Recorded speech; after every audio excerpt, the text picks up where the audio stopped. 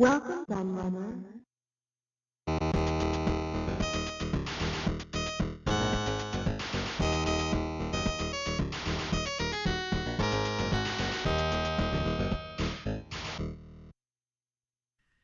Hello everybody, Kieran aka The Laird here, and I am back with another book review for you. I've had so many of these recently.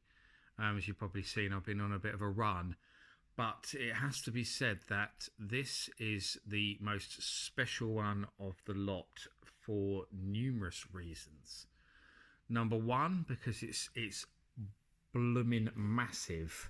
I'll put my hand there so you can kind of see the size of the book, but also, as you can see, it's a big thick old thing. It's a hardback, so you see it's got a proper slip cover on it and everything. So yeah, so if you haven't obviously already seen, this is this SNES Omnibus, Volume 1 A to M, by Brett Weiss. It's and Schiffer Publishing. Sorry, that's what I meant to put in. And this was also a book that I've contributed to, which you may know if you follow me on social media. But it's finally here. I've waited a bit longer than I should have for mine because unfortunately there's a bit of a mix-up with the publisher and they forgot to send me one. So I do apologise that this review is quite a bit later than the book, since the book has actually been available to buy.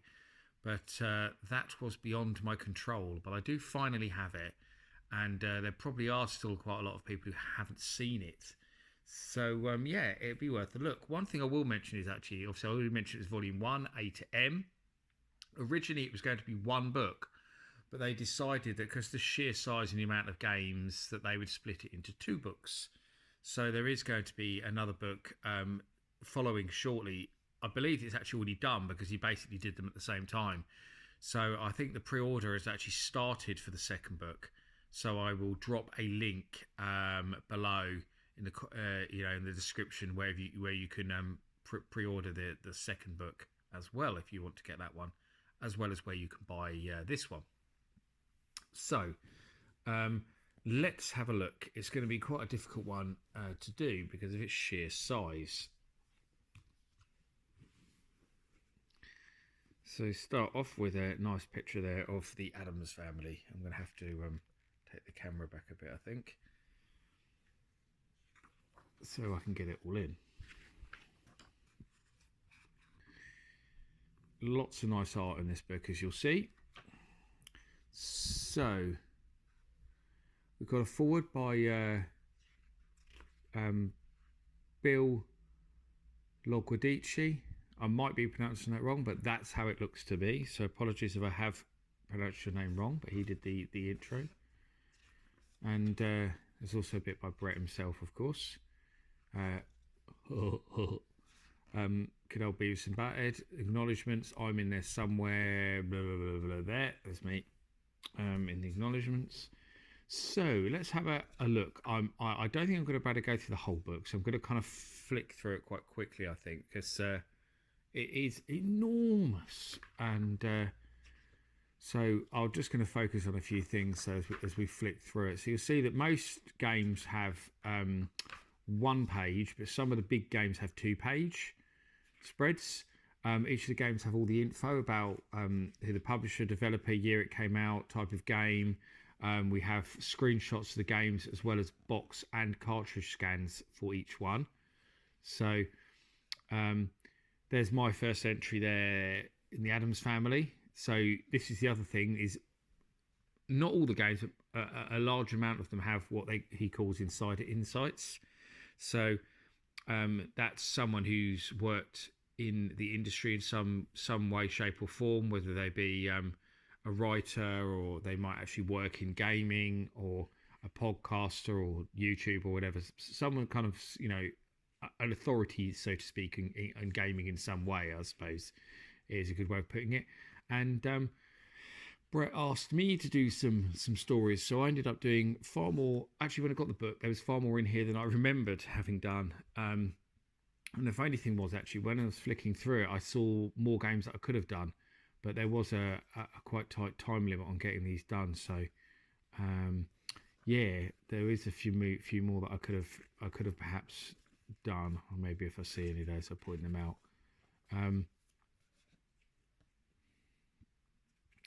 Eventually, Kid Cleats, Soccer Kid. I never knew it was renamed for the SNES. Actually, I wasn't aware of that. You'll also notice that they also have this thing here, notable quotable, as well as a description of the game. Notable quotable is basically what is generally what press of the time thought of it. But it does sometimes mention modern websites as well, where they've reviewed the game as well, and they've done a write up on it. So funny enough, Mighty Max actually is written about for Retro Gamer, only a small amount, but as part of a general article in the latest one on WJS Design, who developed 16-bit versions. With the record. So, Alien 3, that's a good one. Funny enough, see, American Gladiators, I probably could have written something for that because I actually wrote a big article on the developers Imagitech Design for Retro Gamer, so I probably could have included some of their stories about that game. So that's perhaps one I could have done. So I did their Atari collection, unsurprisingly. Not surprised to see me talk about Atari, is it? Showing the pictures are so small on that one, but I guess it's because there was so much info. Really, that should have been bumped over to 2 pages, to be honest. It looks a bit text heavy.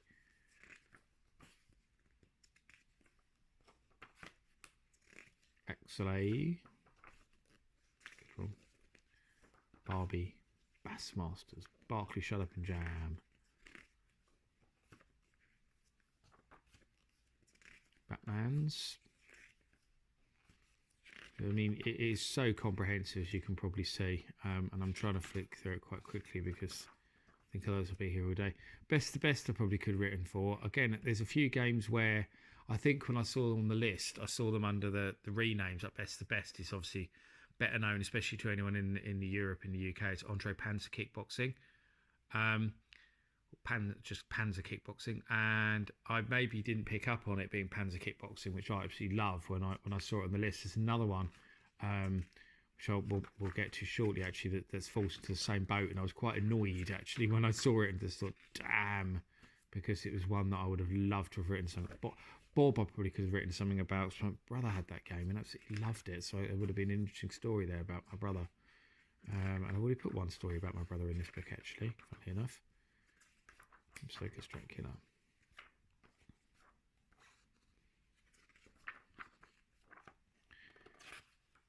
There's some really good stories actually about Bubsy, which is one reason why they've given it the second page, double page spread, and Bubsy 2 as well. They gave 2 pages again because it's a really good story there from my good friend Cat Despira. That's another game I could have written about. Bulls vs Blazers. Spent a lot of time playing that when I was younger.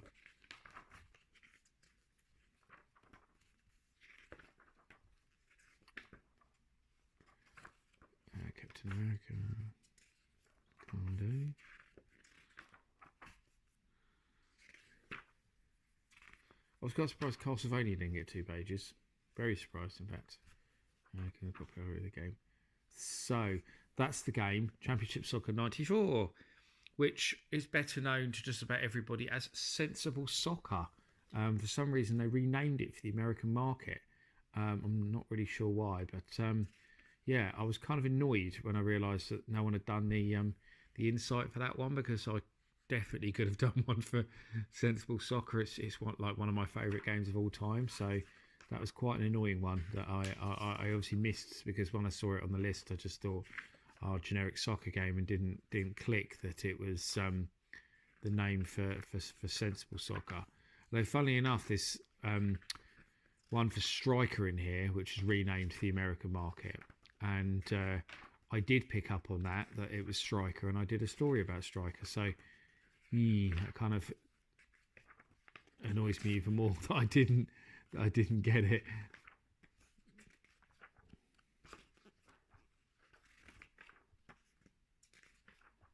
Donkey Kong Country games, Doom,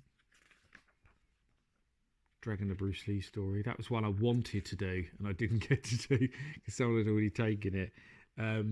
But I did Double Dragon 5, the horrendous, horrible pile of crap that is Double Dragon 5. I did a rather scathing story for that one.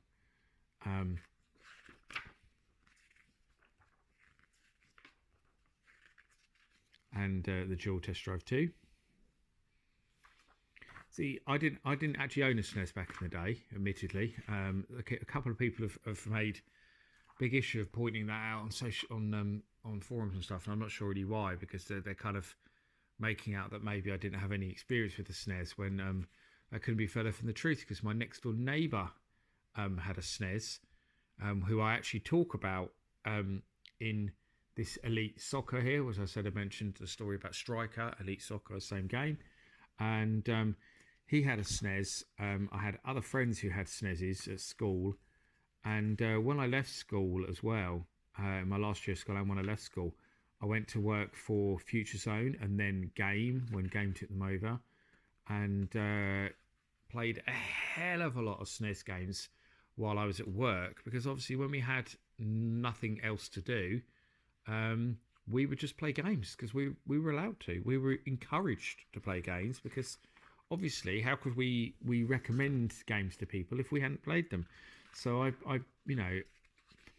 went home and I played a Mega Drive, because that's what I had at home, and then a Jaguar later on. But when I was at work, I would usually generally play games on the systems that I didn't own, like the SNES. And I remember when I was at Game as well, I played an awful lot of stuff on the CDI, because I thought it was so cool and it was something so different. And also the 3DO, when that came out, I used to play loads of games. Every time I got a new 3DO game in, I would get that on, because it wasn't a console I owned. Lovely bit of artwork there. I think it's I'm trying to remember his name. Is it Thor Valderson did this art, and he's really, really, really good. I must double check that name, but I think that's what his name is. But sorry if I got that wrong. I will check when I get to the credits. But yeah, really, really good art he did there for that center spread. Final Fantasy Games, Final Fight.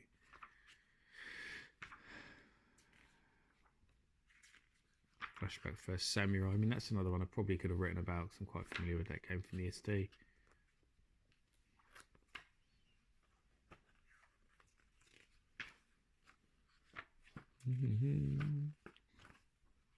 What someone did rob that from F-Zero, which gets 2 pages, unsurprisingly,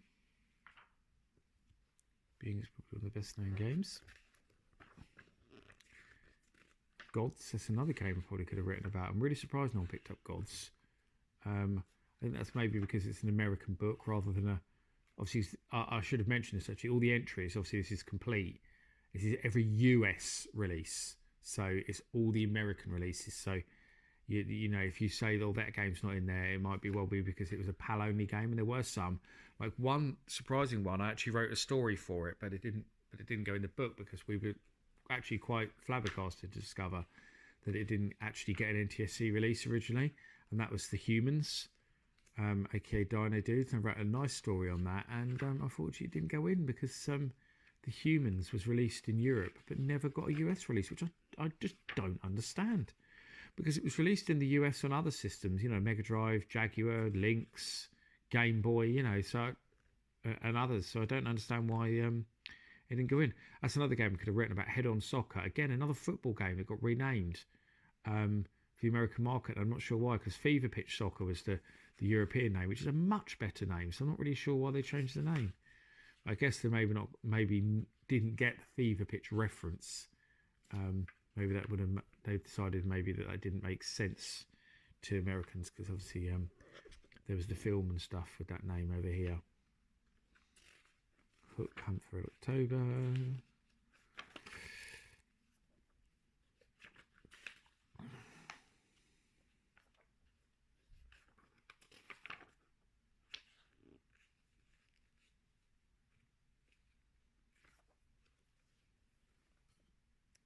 It's getting harder to do the pages because I'm getting closer to the end.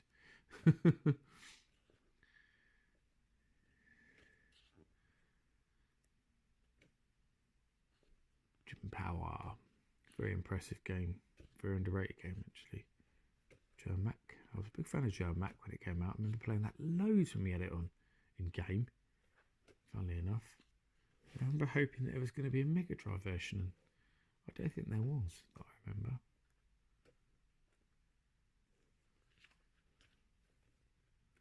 Kablooey, see, that's another game that people will know under a different name, because again, I don't think I would have clicked, but that's Bomboozle, which I spent a lot of time playing on the ST, because it was one of the games that came with my ST in the legendary Power Pack.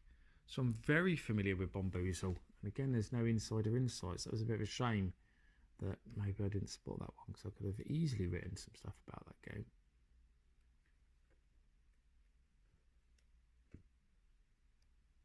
Monsters. Oops. Nice around. Crush Super Fun House, another game. See, I interviewed the people who developed that at Audiogenic for Retro Gamer magazine. So I probably could have done something with Krusty Super Fun House. It's kind of annoying. Probably could have written something for that one as well. I think there's the sheer number of games that were on the list. I think I just scanned down it a few times, so it was there was always going to be stuff that I didn't see, or I just didn't have the time to write.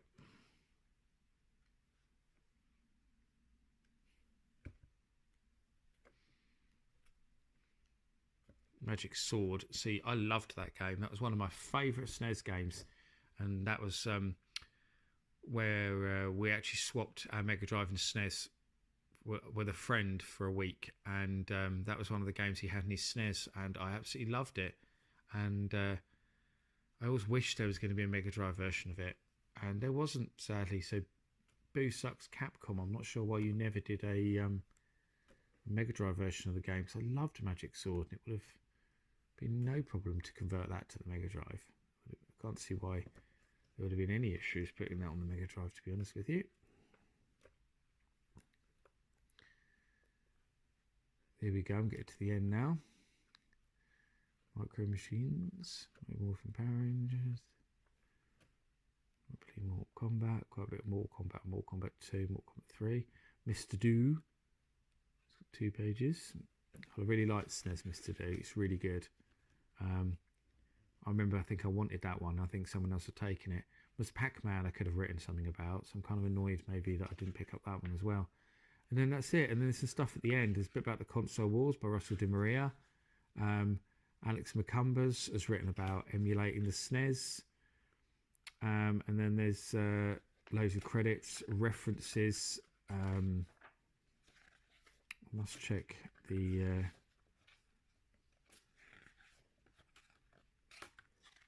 and obviously contents like you'd expect. And yeah, and there we go. And that's the lot, really. I wanted to check the guy's name who did the art, but I didn't see it there. I must be missing it. Maybe it's here. Yeah, Thorthor Valderson. Yeah, I was totally correct. I just had to double check it for my own sanity. And there's the back cover with some nice pictures of SNES games on. So, oh, and I got a free bookmark. There we go, from Schiffer Publishing. So thank you, Schiffer Publishing. So yeah, in summary, this is, you know, pretty much the most comprehensive Super Nintendo book you are going to find anywhere. And although it's obviously US focused in the library, it's, you know, not going to certainly disappoint anyone who's not from the US, because at the end of the day, apart from them getting the horrible purple colours that we didn't get, much of the library is still the same. And in this day and age, you can play anything, import anything anyway, so it's kind of a moot point. But yeah, it's a wonderful book. You know, I was not a SNES man back in the day, although I played on the SNES a lot. I was a Sega and an Atari guy. But, you know, I love this book. It's without doubt one of my favourite books that I've contributed to over the years. And funnily enough, two of my favourite books that I've contributed to were for systems that I never owned. So I think it shows that, you know, in this day and age, you can kind of embrace everything. I mean, the other one was the Amiga and Pixels that I did with Chris Wilkins, which I loved how that came out, and I was really pleased with my stuff in that. So that's about it, really. That's the SNES Omnibus, Super Nintendo and its games, Volume 1 A to M. I highly recommend picking it up. It's fairly pricey, but it's worth it because you've seen it's full colour. It's a big old thing, and if you love the SNES or love 16-bit games in general, hell, if you just love video games, then this is a book that I think everybody has to pick up. It's absolutely wonderful. So, you know, congratulations to the many people who got involved in this book, contributed, and made it what it is. I hope you enjoyed my look at the SNES Omnibus. I'll see you all again for another video very soon. Thanks for watching. Bye bye.